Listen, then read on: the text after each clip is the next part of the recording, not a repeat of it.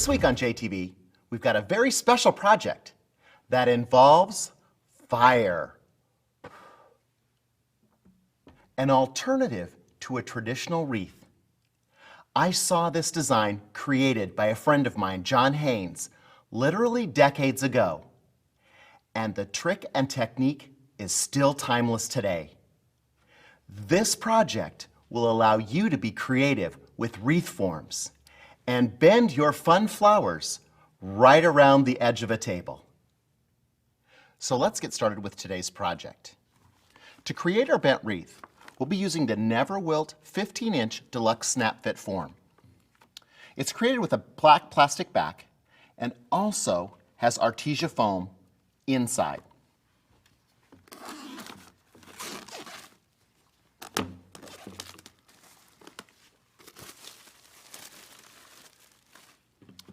The divisions between the foam themselves are going to be key to where we'll bend our wreath.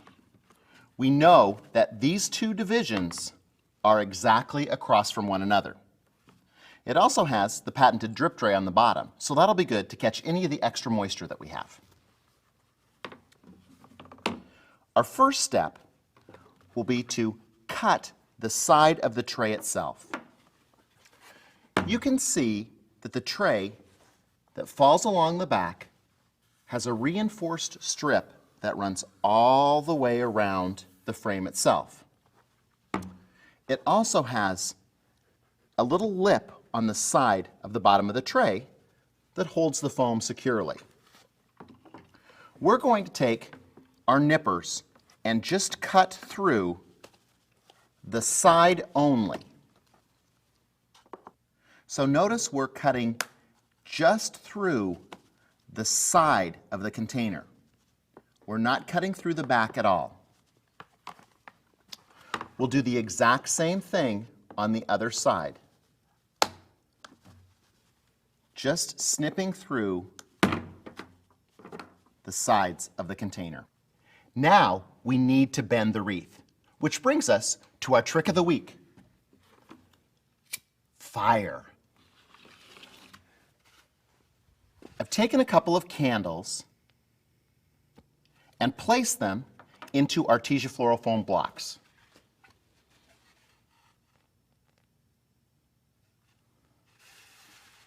The key to this project is being able to heat the back side of the frame to a point where we can bend it. We want to heat both sides at the same time so that we're able to bend the wreath all at once. Heating up one side and not heating up the other side would allow us to break one side or the other. So we'll do this together.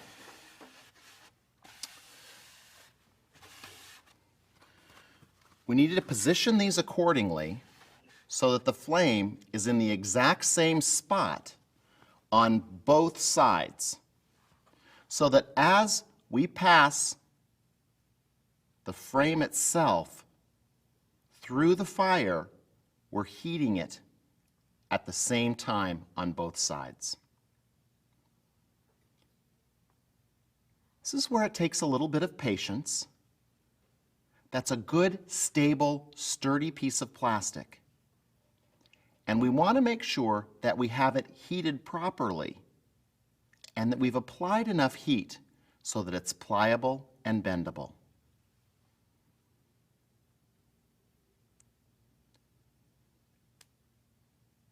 I'm moving it back and forth across the flame rather than just letting it sit underneath the flame. That could cause it to melt. We're really wanting just to heat it. We can test this to see how it's doing. We're getting there, but it's just not quite hot enough yet.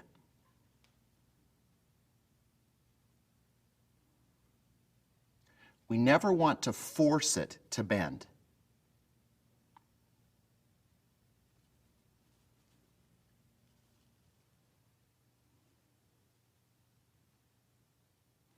We're getting close.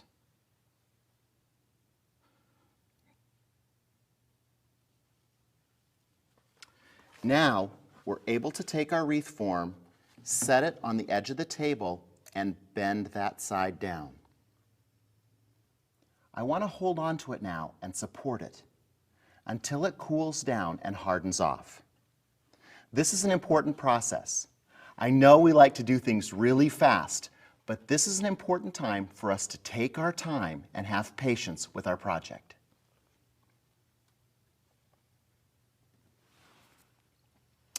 As the plastic cools off, we won't lose any tensile strength in the container itself. So that reinforced rib that went all the way around the back of the wreath has just been bent and still remains there to help us secure our backing. The only thing we've done is separated the side of the container. You'll notice right here that we can see that the container is still one piece, and that reinforced rib is right there. When it's cooled down, it's still going to be as strong as it was before we melted it.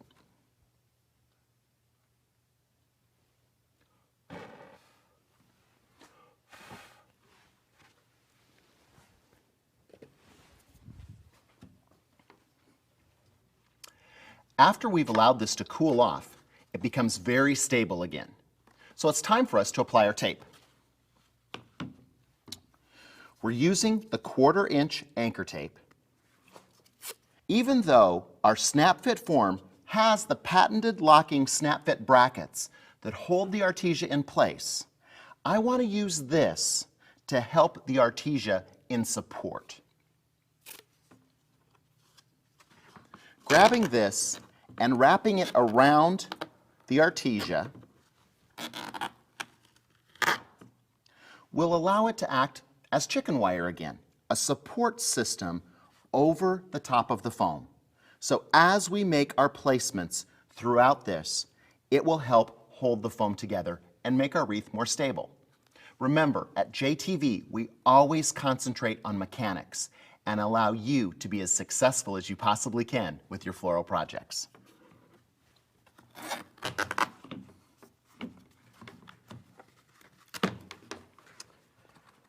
I can go ahead and do each section all the way around. It's easier now for me to soak this after I've added my tape and bent the wreath because it will fit down inside a bucket easier. I always know that a bathtub also is a great place to soak something that's bigger like this.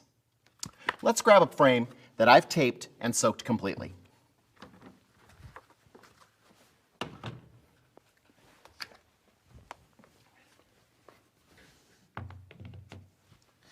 In this case, we have our tape all the way around the outside, and we're setting this down so that the patented drip tray is at the bottom of our snap fit form. It will catch some of our moisture as it drips down in there. We'll have to empty it after we've placed all our flowers in there. But if we were setting it on a mantel or a dining room table, it's a great thing to have to ensure that we don't have little drips that happen later on. The top attachment on the wreath is also great because if we'd ever have a concern about it sliding off of something, we could make a small attachment to this hook and hold it securely in place. Now we're ready for our flowers.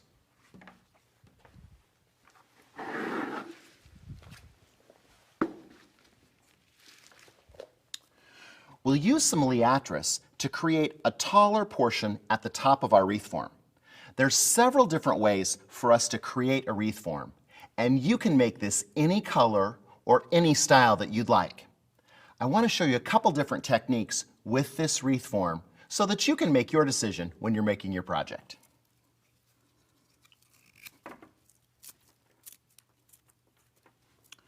We'll use our liatris to help give us a little bit of upright,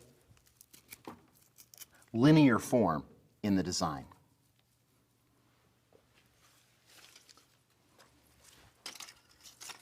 We can also follow up with a little bit of the Mardi Gras spray asters as well.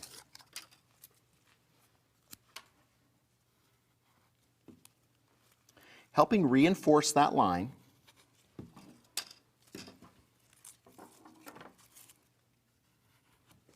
and adding a different dynamic. Sometimes we think about wreath forms being very close. On the rest of this wreath, we may fill this in very tight and neatly. But in this case, we've got a little area where the flowers look almost as if they're growing.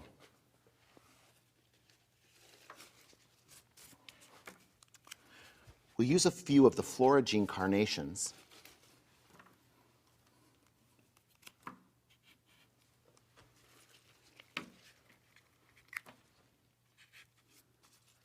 to help fill in that area. This is a brand new variety available from Euphoria called Green Tea. It's been extremely popular.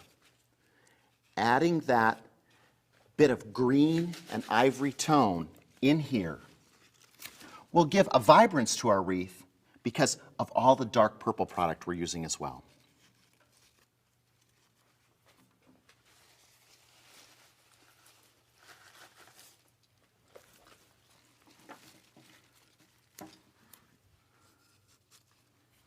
I also have a few dark purple daisy pom-poms.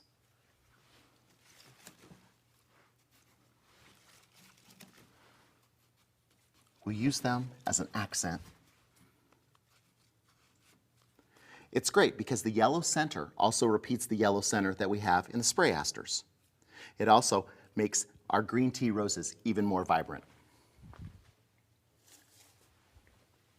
This is another wonderful product called Jade. It's a beautiful trichilium flower that comes in a chartreuse green color. It lasts an incredibly long time and gives us a little bit more of a wildflower appearance.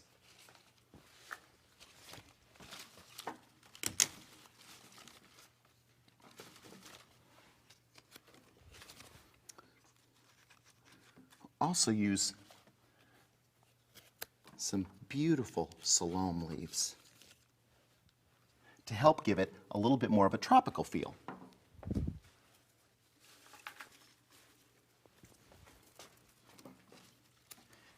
And finally, for that added punch of color, some green Kermit pom-poms.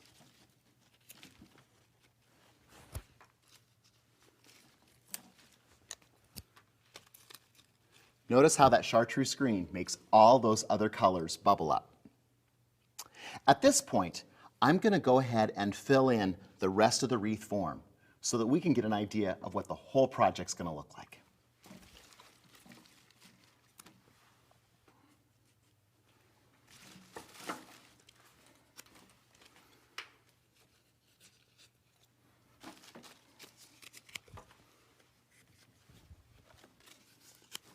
I make some of the flower and foliage placements all the way around the wreath so that I can get an idea of how to utilize my product best.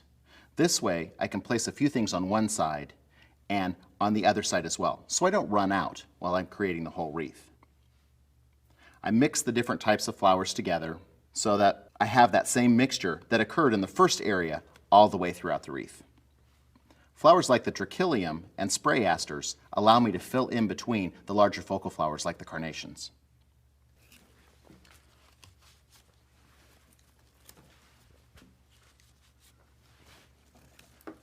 We'll finish up by adding our green button pom-poms.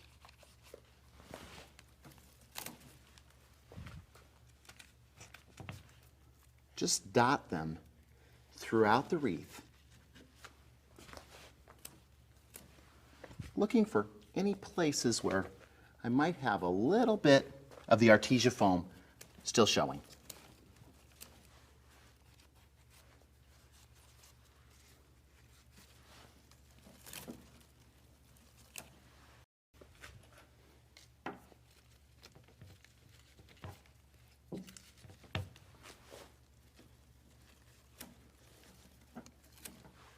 It's amazing how just a couple little green pom-poms really bring the entire wreath to life.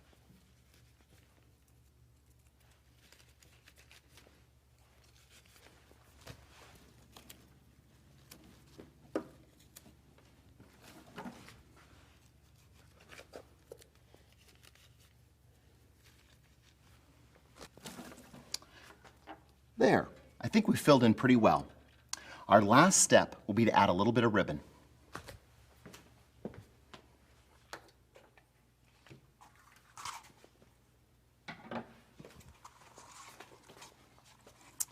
I like this great paisley. Kind of has a little bit of a 70s feel to it. And with the colors, it looks perfect.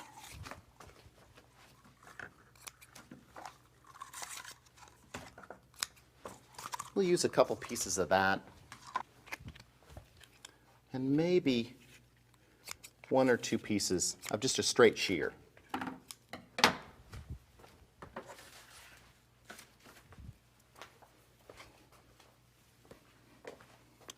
We'll start back here with our taller area and have the ribbon come out of that area, since that's kind of the focus on this side of the wreath. It's the one side of the wreath that's become a little bit more important than the rest of the wreath itself. So that's where the ribbon should come from.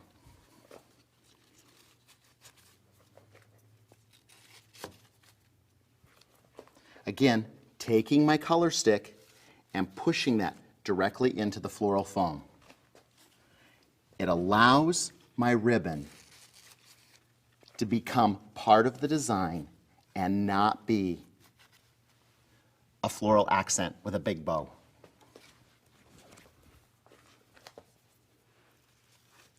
Use a little bit over here. We'll add one more piece. I'm just going to push this in the center and let these pieces dangle down. It increases the vertical line of that area so that it extends all the way from the top of the elaeatris down to where the ribbon hangs. That looks great. We need just a little bit of crowning glory to make sure everything lasts as long as it possibly can.